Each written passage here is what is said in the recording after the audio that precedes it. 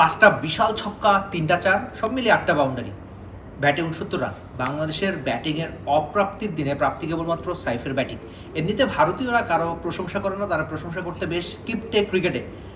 তবে ধারাভাষ্যকার থেকে শুরু করে ভারতীয় কমেন্ট্রি বক্স থেকে সবাই যেন প্রশংসা করেছেন এক সাইফ হাসানের। বিশেষ করে তার প্রত্যেকটা 6-এর পর ভারতীয়রা দারুণ প্রশংসা করেছে, সেটা টুইটারে দেখছিলাম, বা সব মিলিয়ে ভারতীয়রা দারুণ প্রশংসা করছে এই টপ অর্ডার ব্যাটারের। আপনি বলতে পারেন যে ঠিক আছে, তিনি ক্যাচ মিসের সুযোগে বারবার জীবন পেয়েছেন, কিন্তু ওই যে তার যেভাবে ছক্কাগুলো তিনি মেরেছেন, ইনফ্যাক্ট শ্রীলঙ্কার বিপক্ষেও দারুণ একটা ইনিংস ছিল তার ব্যাটে, আজকেও একই রকম 69 রান ছিল তার ব্যাটে। কিন্তু ওই যে বাকি ব্যাটাররা তাকে যে যোগ্য সমর্থন দেওয়া, ভারতের রান রেট কিন্তু শুরু থেকে খুব বেশি ছিল না। আপনি রান তাড়া করতে যেমন একটা ইনিংস দরকার ছিল সাইফের ব্যাটে, ঠিক তেমন ইনিংস ছিল। আমি আবারও বলছি যে ঠিক আছে, তিনি লাইভ পেয়েছেন বটে, কিন্তু যে বাকিরা তাকে যোগ্য সমর্থন দিতে পারেনি। কেবলমাত্র দ্বিতীয় উইকেট জুটির কথা আপনি বলতে পারেন, বা শুরুতে। কিন্তু ওই বাংলাদেশের ব্যাটিং ব্যর্থতার এমন দিনে কেবল প্রাপ্তি এক সাইফের ব্যাট, আর আক্ষেপের এমন দিনে আরেকটা প্রাপ্তি যে জোড়া 50 সাইফের। আপনি শ্রীলঙ্কার বিপক্ষে তিনি যখন ওই দারুণ ইনিংস খেলেছিলেন কিংবা ওই ছক্কাগুলো মেরেছিলেন, তখন সবাই বেশ প্রশংসা করেছিল।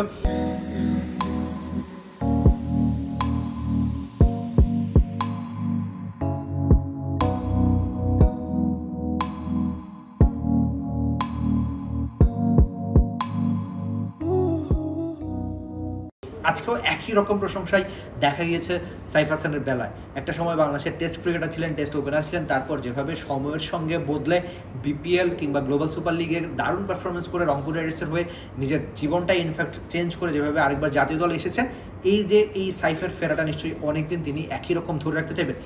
আর বাংলাদেশি ব্যাটারদের ক্ষেত্রে যেটা হয় আর কি সবসময়, যে একটা ইনিংস তারা ভালো করলে পরের ইনিংসটা একই রকম তারা খেলতে পারে না, ব্যর্থ হয়ে যায়। সেক্ষেত্রে সাইফ অন্তত এই পরীক্ষায় উতরে গেছেন। আর আমি বলছি এই পরীক্ষায় উতরে গেছেন, কিন্তু ধারাবাহিকভাবে ভালো পারফরমেন্স করা, শেষ ম্যাচটায় বাংলাদেশ ফাইনালের আশা জিয়ে রাখতে অবশ্যই জিততেই হবে, এমন একটা সমীকরণ। আর সেই সমীকরণের ম্যাচে সাইফ ভালো করবে সে আশা করতে পারেন। আর যেটা বলছিলাম যে এক একটা ছক্কার পর ভারতীয়রা যেভাবে তার প্রশংসা করেছে, কমেন্ট্রি বক্স থেকে ভেসে আসছিল তার নামে যে এই ব্যাটার ব্যাট করতে পারে, সে দারুণ হিটার। অবশ্যই এমন দিনে সাইফের ইনিংসটাই বাংলাদেশের সবচেয়ে বড় পাওয়া।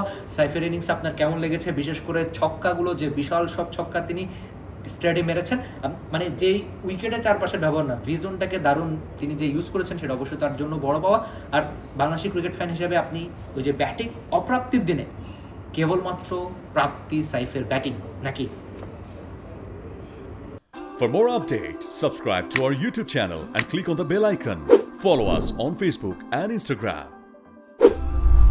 Download T-Sports app to enjoy exciting games and highlights. Visit tsports.com.